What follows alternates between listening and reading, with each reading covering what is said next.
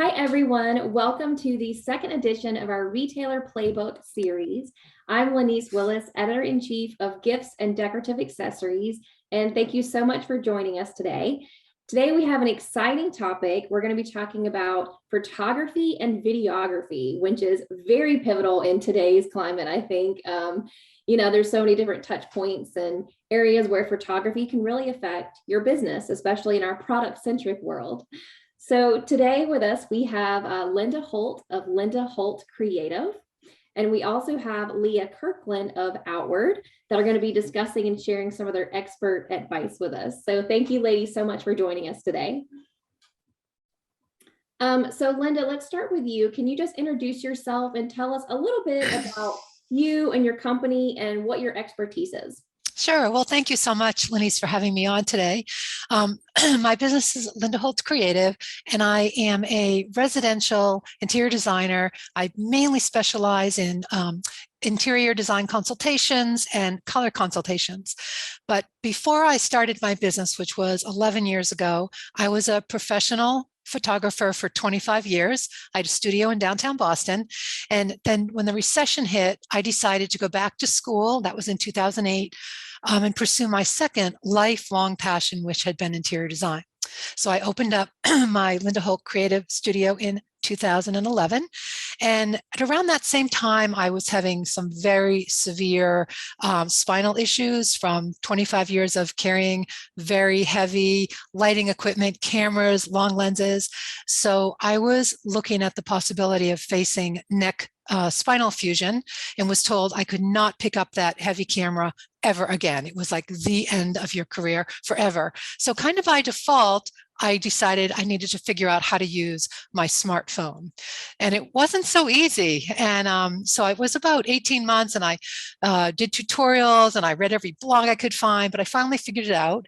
And then I started sharing what I learned with some of my designer friends, and they kept encouraging me to start teaching, which I did. And now I've come full circle. So today I still work with clients, but the other part of my business is I have an online course specific for interior designers, the home industry, stagers, to learn how to get really stellar photos just using their smartphone.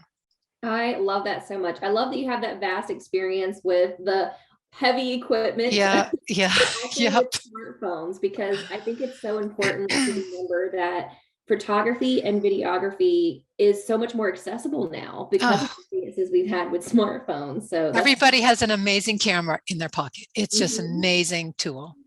Absolutely. So we'll talk a little bit more about that later. But first, Leah, tell us a little bit about yourself and your company and your expertise.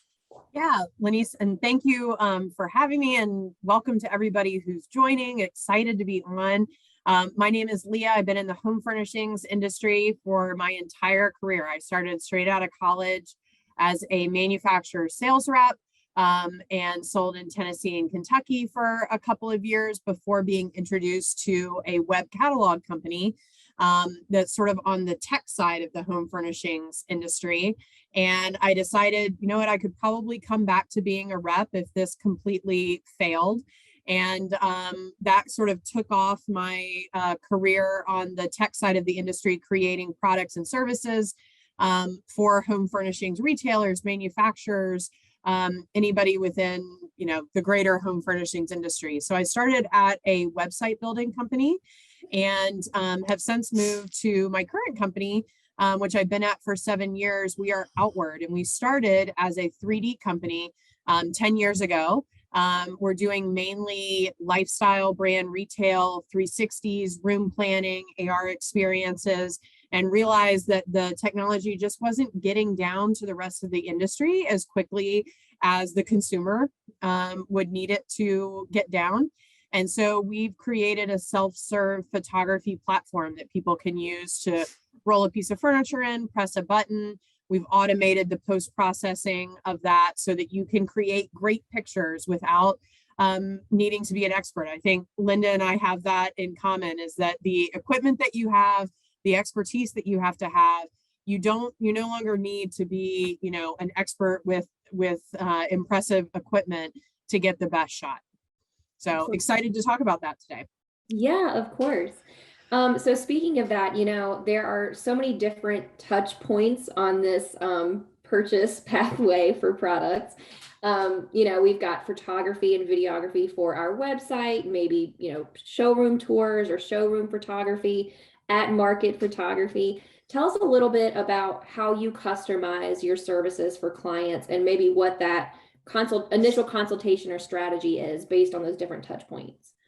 Yeah, so when we have a first meeting with either a retailer or a manufacturer, what we'd like to do is get to know a current process, whether that's using images that are given to you by a vendor, a supplier, or manufacturer, or whether you are starting to take your own and learning more about that.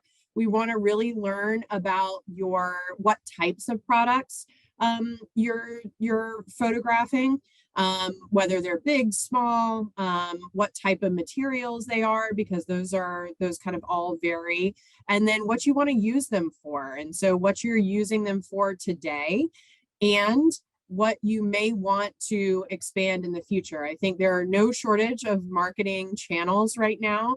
We've got social, we've got websites, you've got email marketing, you've got traditional print marketing, you've got just a bajillion things that require images right now. And so we really want to dive in and understand what your current processes are, where you really want to go, and then sort of give a demo of services, how we might be able to help, and let you decide from there. Okay, awesome. Well, speaking of diving in, let's dive in, because I know everyone is excited to have some tips and quick takeaways from today's session.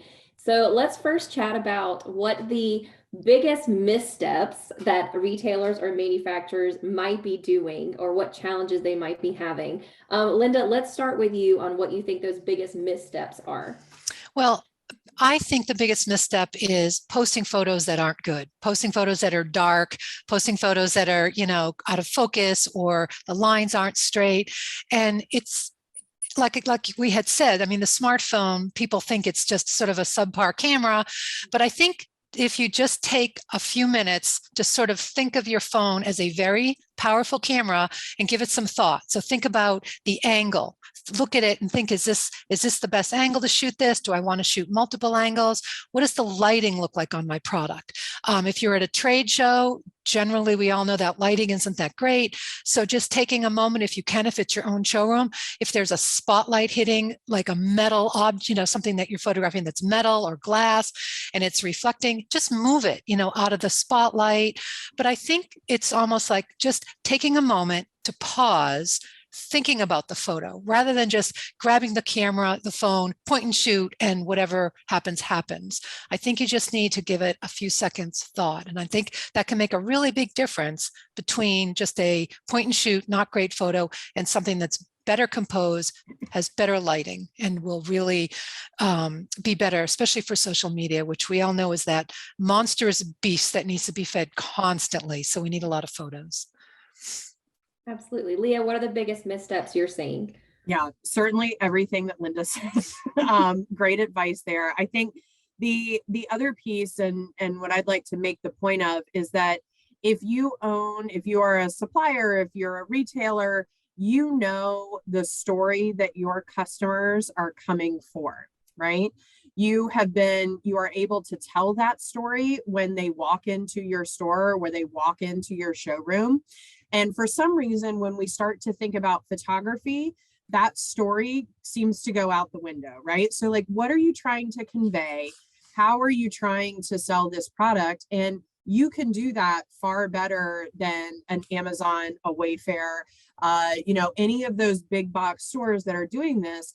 They don't know what your customer specifically is looking for, and what you know about how to interact with that customer and how exactly to sell that product to them. So use that advantage and really make sure that you don't lose the story. I think the other thing is making sure that you have a lot of different angles of the shot. And if it has any sort of functionality, make sure you're showing that, right? Especially on items that are higher price points, right? There are so many lookalikes on the web that as somebody is sort of going through, it may be challenging for them to tell, why is this $1,000 more than the thing that looks just like it? So anything that you can do to show close-up detail, to show it from different angles, and to sort of give the consumer really what they need to know about that product to feel comfortable that they really have a true sense for what it is and that they understand the value. Absolutely. I'm glad you mentioned including those close-up details, because while you were talking, I was thinking about what about products with different textures? Because I think textures are so hard to translate in digital media. So yeah, I would imagine like a close-up detail to see the texture too would be really important. For sure. Absolutely. So if you had to give the 3 biggest quick tips for better photos for retailers, Linda, what would you say are your top 3 tips for better photos? I would say if they're in a busy showroom or a busy shop, try shooting, if it's not too big, in portrait mode, because what that will do, it will blur the background and it will make it appear as if it was taken with a longer lens on a digital camera. But the smartphone is great. And if you have a phone that you've purchased within the last probably 4 years, you're going to have portrait mode on your phone. And I know that people generally just default to the normal lens, but I think just learning a little bit more about your phone and all the things it can do. Also, if you have a newer phone, you'll have a telephoto lens. So portrait mode will really blur the background, but telephoto lens will also help with the perspective. So if you get back a little farther, even if you're shooting something that you can walk right up to, put it in your telephoto lens and back up, and you'll have less worry about the perspective, the lines bending in and out. Also, it's imperative to learn how to control both the lighting and the focus manually. So no matter what kind of phone you have, if you just tap your finger on the screen, that will direct the in-camera light meter to expose there. So that's another tip, set the exposure yourself, lock the exposure so you don't get a really bright background and a really dark, item you're trying to photograph. So you should have control over that. Set the focus, because sometimes the camera wants to focus on something in the background, but you're care about what's in the foreground. And then my last tip would be fill the frame. I think a common mistake a lot of people make is they get so much information. So what they're trying to show is maybe a third of the image, and then there's all this unnecessary stuff. Get in close, either walk in close, use your telephoto lens, but fill the frame with what you're trying to photograph. Those would be my 3 top tips. I love that. And I will say, so I saw your seminar at Atlanta Market on how to take yeah. And I will say the tips that you told me that I use like every day. Great. I'd love to hear that. I love that you said zoom in with your feet, not your fingers. Right. Oh yeah, don't ever do that.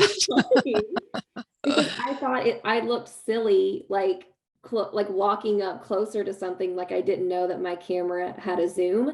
But you talked about how you're actually just expanding the pixels. You're not really actually zooming in. You're just blowing up the pixels and degrading the image when you do that pinch out thing. But I know everyone still does that. So anyone listening, if you're still pinching out, thinking you're zooming in, you're not. You're just degrading the photo. So if you can't get closer, shoot it as best you can and then crop in nice and tight. You'll have less degradation of the image afterward. That has been the single biggest thing that has helped my photo. So good. Leah, what are your 3 tips for retailers taking better photos? Yeah, I think especially as we're talking about gift, right, where the size of things can range so wildly, figuring out a way to show scale is super important in imagery, right? So whether that's putting something that is a known size object next to it, or whether it's placing it in an environment that allows people to see what the scale is. I think, from an image, when you're taking an image, as Linda said, and you've got the frame filled very nicely, you do want to show another image that showcases scale, right? And that way you have not only that great image that gives you all of the detail of that shot, but then you also are providing some information for scale. And I did just mention that those are 2 different. I wouldn't be scared of taking a lot of images and showing a lot of images because, it's not a dating profile, right? But if you see one picture of somebody you might not believe that's what they actually look like. When you see multiple images, you know, all right, this is truly what they look like. I get a better feel for it now. Consumers are feeling the same way about those products. So make sure you have lots of images and make sure at least one of those images shows scale. The other thing that I would do in all of those images is show different angles. Once again, so let them feel like they know, what does it look like from behind? What does it look like from the side? They may be, if it's an accessory, they may be floating it in the middle of the room. They'll want to know what it looks like from all angles. Or do they need to know that this is an item for a bookcase because the back of the item isn't necessarily a showcase piece? So make sure to show scale, angles, and then my third one would be a background and make it relevant. We've done some consumer research and consumers really want to know that this will sort of fit their aesthetic and look like their home. And so if you're, you know, a gift shop in Aspen, Colorado, and you're showing something that looks like it's in the middle of a Brooklyn loft with an exposed brick background, that's not going to land. That's not going to look familiar. They're going to have to make like some psychological jumps to imagine what that would look like in their beautiful cabin. So try to get a background that's relevant to your consumer so that they can really get a feel for what that item might look like in their home and they're not having to make the jump to get there on their own. Yeah, absolutely. So I know we've mentioned social posts. A lot of retailers and manufacturers too are posting this photography on social media. And Linda, I know one of the things I love about your educational sessions is you always just get back to the basics and you always have like tips that we can immediately start doing now. So are there any more tips you can give us specifically about, you know, photography for social media, and ways that retailers can improve that? Well, if we're talking about still photography, again, I go back to the, not a busy background because people are looking at social media on their phones. So think about, you have like a 3-inch square piece of real estate to grab somebody's attention. So your image needs to fill the frame, be compelling. And then if you are going to shoot different angles, especially if you're on, you can do a reel with all the different photos, or you can do a TikTok, or you can do the carousel on Instagram. So you can get a lot of mileage on social media out of one image if you get lots of different angles. Also, I think, I just lost my train of thought here. I think, again, what Leah went back to is if you are going to show on social media, think about your background, unless you're going to, people want to see things in the environment. So that would be another tip. And then lastly, if you're shooting for social media, I think especially with a smaller gift item, a common mistake people make is they're standing up tall, they're holding their phone up by their face and they're tipping it down. This is not a good angle to shoot a gift. You want to get on the exact same level and the exact same plane as what you're photographing. So the lens of your smartphone should sort of be in the middle of the object, however big it is, sort of in the middle of the object of what you are photographing. Because if you're shooting down on something, you're going to start off, wide at the top, and it's going to go, your lines are going to go like this. You don't want your product that you're displaying distorted. You'll get the least amount of distortion by holding your phone perfectly flat on the same plane as what you're shooting. Mm-hmm. Leah, is there any advice you have or comments on how maybe social media photography might be a little different? Yeah, I think thinking about what your customer is doing on social media, right? They want to be inspired. So to Linda's point, this is a great place for a background. This is a great place with showcasing how you would style that item, and really inspire them with the way that you're sort of presenting the product. I think the other piece would be to make the item shine. And this is probably more as like an Instagram user versus a photography somebody. But I think they're so often that I'm looking at an influencer and they're trying to highlight some shoes, but like their jeans are the only thing that I want to know more about. So make sure that you kind of make that item shine. And so that means either limiting the other things that are in the shot, or figuring out a way to highlight that item, making sure that it's really about that piece. I think that social media is another place to really make things topical, right? And to Linda's point, like, it's getting in, I'm in the DC area. It's getting into fall now. If you create a background, or if you photograph something outside in the leaves, or you put a fall background on it, and it's about, you know, a blanket that you're trying to sell, you know, cozying up on the first chilly day, or you know, as the holidays start to approach, wouldn't this look great underneath a tree? Or the first warm days, what do you have in your assortment that would be great to highlight? This is an area where you can get really topical, and you know, when that first chilly day hits, that you can post something that that's great for that. Or if it's a rainy day, you know, so just make it, I think topical is a great way to draw people in. Absolutely. So Leah, how does Outward build a photography bank that companies can use on multiple platforms? Because I think that's an important distinction, the photography for the platform. Yes. So what our tool does, the Aperture platform, is you put an item into this photo booth, you capture it, it automatically does some of the post-processing work for you, and then allows you to put it in different lighting scenarios with different shadow or with different backgrounds, so that you automatically have, if you have a certain aesthetic that you use for social media, you've got an image. If you've got a certain aesthetic that you use for your website, you've got an image. But in the same way, as I mentioned, for, you know, topical things, or if you want to change around the background, or if all of a sudden you've been shooting things as if you're Pottery Barn and it's all brightly lit and you want to do something RH-ish, we allow you to make those adjustments to the item. It looks photoreal because we are using real photography, and it allows you to either download that item at high res for something like your website or for print, or low res for something that is more performative on social media, and in different file types. So no matter what the marketing channel or the needs that you have might be, just make sure to, you know, the platform will adjust it, but you should also think about that in a way of, all right, how can I make sure that this is appropriate for whatever channel I'm using it for? So, you know, to Linda's point, when you're doing the pinch and zoom, you want to make sure that you have a high quality photograph that you're putting out there.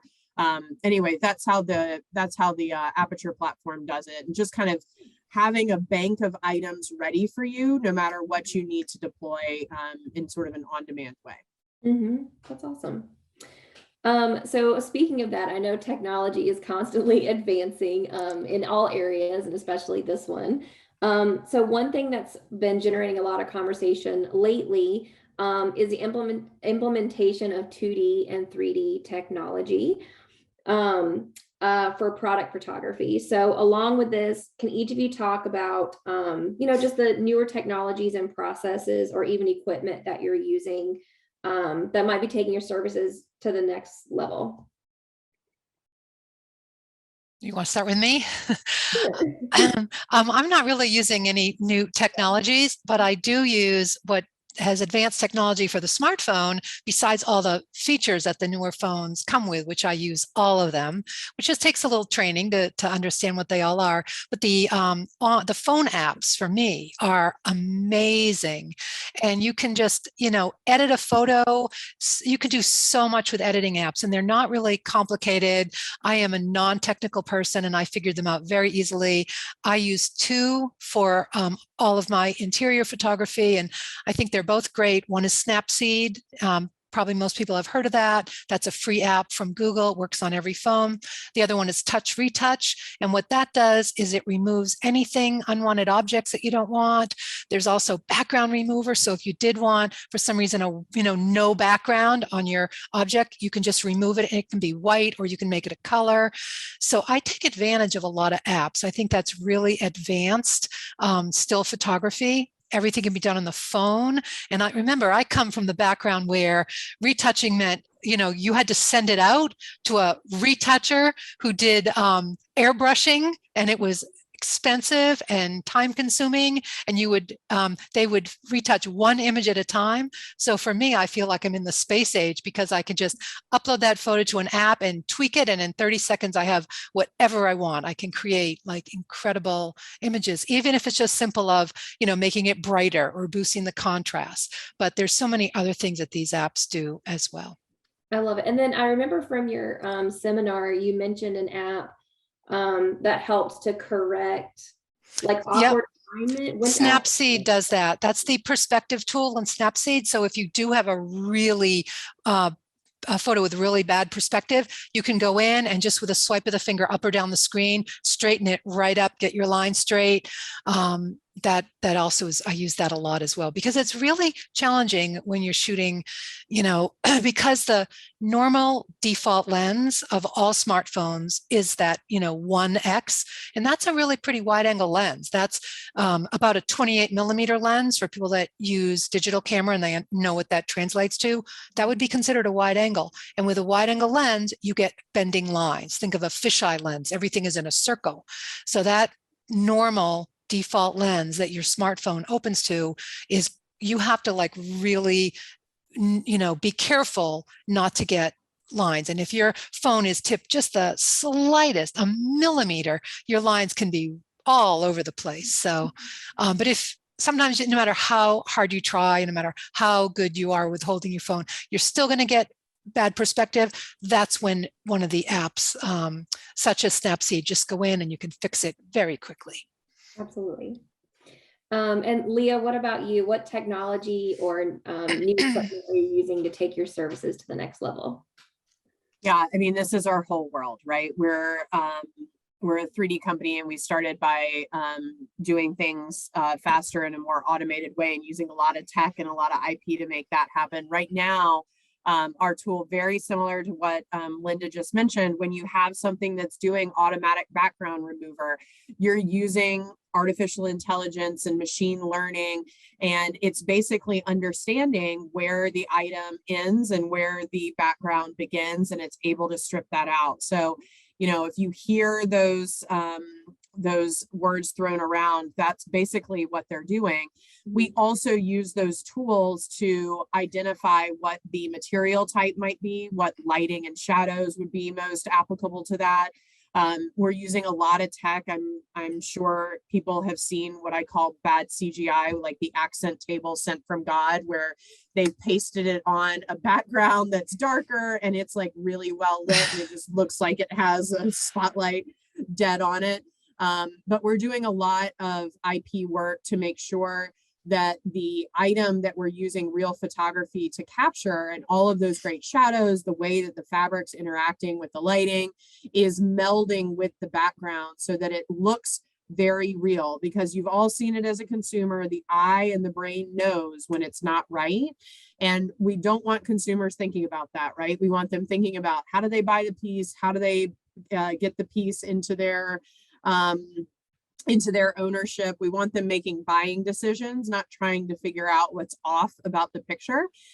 So that's a lot of the tech that we're using to make all of those things happen. And, from a consumer standpoint, I don't know if I mentioned this in my intro, but we are we were acquired almost 5 years ago by Williams-Sonoma. So it's Pottery Barn, West Elm. So we get a lot of consumer data from them too. And we do all sorts of experiences on their site. And we know that anything that helps the consumer understand what that item looks like more in their home, it really seems to hit. Like AR seems to be a thing. And when you can hold up the phone, you can understand scale, you can understand how that might look. Those are things that are really exciting to consumers, and we know has certainly made a big jump. Awesome. And then finally, so obviously storytelling is a huge component in this industry overall, really, but also in photography. So can you each kind of talk us through about advice for maybe mapping out a story? Like, what considerations do you need to make before you click the camera button? Linda, want me to- we can switch it up. I can go first this time. Linda's been taking the heavy lifting. What I would say is, number one, start, right? So do not let yourself get so overwhelmed that you have to map out this perfect story in order to capture something, right? Start. You can run so many little tests to see how consumers are responding, how you're feeling about it. You've got people around you that you can ask for that feedback as well. So number one, start. Number two, think of it through the eye of a consumer and what they need to know about the product, right? I mean, I feel like this is, a homework exercise from high school or something when you're saying, like, describe this object for me. What does it do? But get as simplistic as that. What do they need to know about how the item moves, how they should place the item, how they would style the item, and sort of walk them through what this item might mean to them in their ownership, right? So provide the angles, provide an understanding of scale, provide a background so that they know how it might work in their particular home. Don't make them kind of make that mental jump to trying to imagine that on their own. So number one, start. Number two, get down to the basics of really describing it and making sure that you're presenting imagery that answers all of those questions that a consumer might have. Mm-hmm. Okay. And I would just repeat everything Leah said, but also as a consumer myself, I love hearing the backstory of something, especially, where was it made? Was it, especially right now, the general public is really into artisan made things. So if you have, a potter that you're, highlighting in your shop, do a story, go to the potter's studio and leading up to the final product, because we love to be able to buy something where we feel we know the history of it or the background. And if it is just something that's, shipped from China and there's nothing interesting about it, it was made in a factory, make a little story about it. Again, do it with a background, set the scene. Where are we going to use this? Just as Leah was saying earlier, this would be so great cuddled up with this blanket, have somebody with a mug of hot chocolate or something. But anything you can do to bring some life to that object, rather than just, putting it in a photo booth with a white background, there it is. Okay. People do need to see that because they want to see, the shape and all the detail, but they also are going to buy on emotion. They're going to want to know the story behind it. And if you have any kind of a object with a real story that's worth telling, tell that story. Absolutely. I love it when I see photos that have like the natural material, maybe that it's made from, Mm-hmm. sort of crop that helps add, or like if it smells like something, Yes. smell it. So having that orange or lavender Mm-hmm. twig or Mm-hmm. something to make it, come more to life. I love it when people do that. Yes. Well, we have plenty of time for questions. So anyone watching, feel free to submit a question in the Q&A tab. And we would love to answer anything specific you might want to know.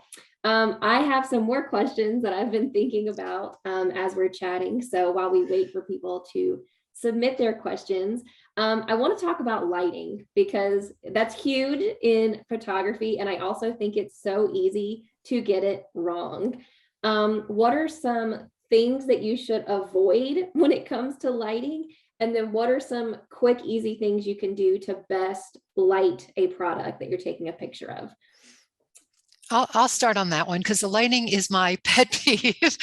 All right, my number one suggestion, if possible, is use natural light. So if you're photographing your object and you get it near a window, but you want even natural light. You don't want hard light. Hard light is sunlight. So if you're getting like really hard sun hitting your object, casting dark shadows, or artificial light coming down from straight overhead, that's always going to be bad lighting. It doesn't matter if you hire the most experienced, commercial product photographer on the planet, they're going to get the same crappy shot with that kind of lighting as you are with your smartphone. So if you are in a showroom and there's, and it's really important to you to get some good photos, then you can buy like a reflector, and they're very inexpensive on on Amazon. They're called photo reflectors. They collapse. You can get them on little, they open up big. One side would be white, one side will be silver or gold. You can hold it, have someone hold it over your object. The light will come through, but then you'll get like that soft lighting. So that would be one really easy suggestion. If you're photographing your products in your store and you have some nice natural light coming in like a big storefront window, something like a foam core, white piece of foam core, have someone hold that just to balance the lighting. So if the light is coming in from one direction from a big window, the light will fall off and it might get a little dark on the back side of your object. But if you put a piece of foam core there, it will bounce that light back into your product. So just think about hard contrasty lighting is bad. Soft, even lighting is going to be really flattering. And that's breaking it down into the simplest way you can think about it. I love it. And then too, because it's so difficult to avoid like spotlights and like those can lightings and different things that might be in a photograph. Yep. We chat a little bit about that too, when you can't control getting rid of. Yeah. Well, that's where that reflector would come in, and you can just carry it with you, pop it open, ask someone to hold it. So you're blocking that spotlight. Or if you can, move the object. I mean, the objects are, if it's not something big like a piece of furniture, I mean, these are gifts. Generally, we can pick up a gift, take it to a better location, and shoot it there. Awesome. But lighting is the most important thing. You can have the best composition, but if you have that bad lighting, you can't use that photo. It's going to be bad. So really think about the lighting. And it's not that hard to get good lighting. You just have to give it a little thought. Yes, and the shadows too that they create, because I know yes, you too. Like hard lighting is in front of a window, your face is going to look real dark. Right, exactly. Yeah, backlighting. Don't try to shoot your product or your gift with backlighting, because then you're just going to have that bright light come behind it, and your object will be all dark. So you want the lighting coming toward it if you can.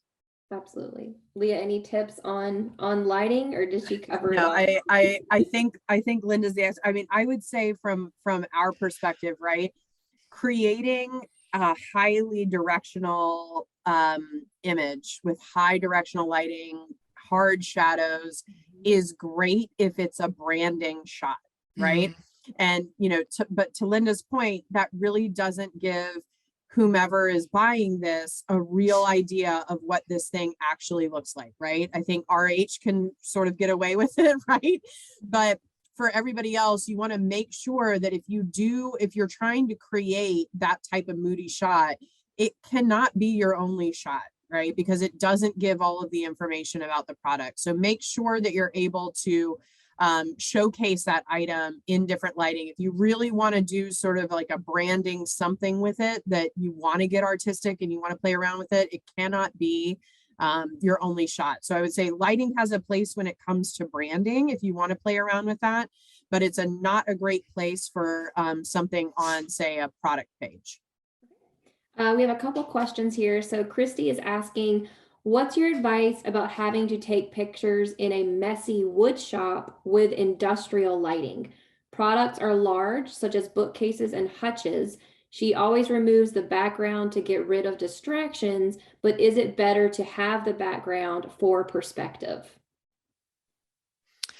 Well, I think that this could be people also love sort of, this goes back to the, where's it made, the story of it. So that could be part of their brand. Like, we're handmade and in a wood shop. This is not coming on a boat from China. This is local. So she could use that to her advantage.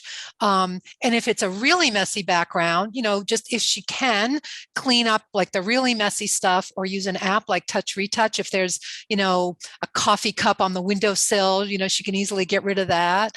But I don't think it's a huge problem, because I do think people really kind of gravitate toward seeing, this sounds like Benchmade furniture in a shop. And then if she is going to want sort of professional ones for the website, then she would have to get some kind of a background, a roll of seamless, and put the pieces on that and then shoot it more like a straight product. But for social media, and I think it would be fine, she could use the telephoto lens, which will blur the background a little bit. Also, she could put the portrait mode on, so her piece would be in focus, but the background would be a little bit blurry if she wanted to blur it a little bit more. Okay. I mean, yeah, everything that Linda said, we actually have a couple of installations of our rig, of our photo booth in wood shops. You know, we don't have to be in a precious environment, even with all of that dust. It's kind of what it was made for, to allow you to get some of those professional shots. Another thing that I would say, especially when you're talking about wood products, is being able to really showcase the finish. So get enough lighting on the item that you can really showcase the finish. That's something that definitely sets you apart. Zoom in and get detail shots on anything that, you know, is special about that. I think the other piece with bookcases, at least that we see, is, you know, an import bookcase has a depth of nothing. And when we see stuff that's more US made, it's got some depth to it. It's got some scale to it. So figure out ways to show those types of things. But you know, definitely some easy lighting setups just to make sure that you're highlighting some of those pieces would be great, because it's such cool furniture that really doesn't get highlighted as much as it should. Mm-hmm. And then we have a second question here. What other photography tools would you suggest we have on hand for markets and otherwise? Well, with markets, they're pretty busy, so I wouldn't suggest bringing a tripod and all that unless it's your showroom and you can get photos before the masses arrive or after they leave. Then it really helps to have a tripod and a phone adapter, and then you just put your phone on the adapter and attach it to the tripod. I think a reflector, one of those fold up ones, are really helpful, because again, you can just put it over the item to, if the spotlight is hitting it, or to the side to bounce the light around. Other than that, I mean, markets are busy, so there's not a lot I would say you want to be lugging with you. Okay. All right, I think that's all the questions that we have. Can I ask a question for Linda? Sure. So, Linda, just from a phone perspective, because I am in the phone market now, there are some, from an iPhone, there are some phones that have 2 cameras, and then there are some phones that have 3 cameras. Does that third camera matter to you, or how should you make a decision if you're like in the market for a phone of what type of phone you should get? You definitely want to be self-serving to everybody, but you give me a mic. You definitely want 3 lenses. In fact, I upgraded from the 12 Pro to the 13 Pro, and my phone was only 6 months old, only because I wanted that third lens. Yeah. The third lens is the telephoto lens. So if you have a camera with 2 lenses, you have the normal default lens, which I told you is a wide angle lens, and you have a wide angle. Most people aren't using their wide angle. I find, especially in this industry, the telephoto is so valuable because it appears as if you used a digital camera with a long lens. So it's worth the extra $200.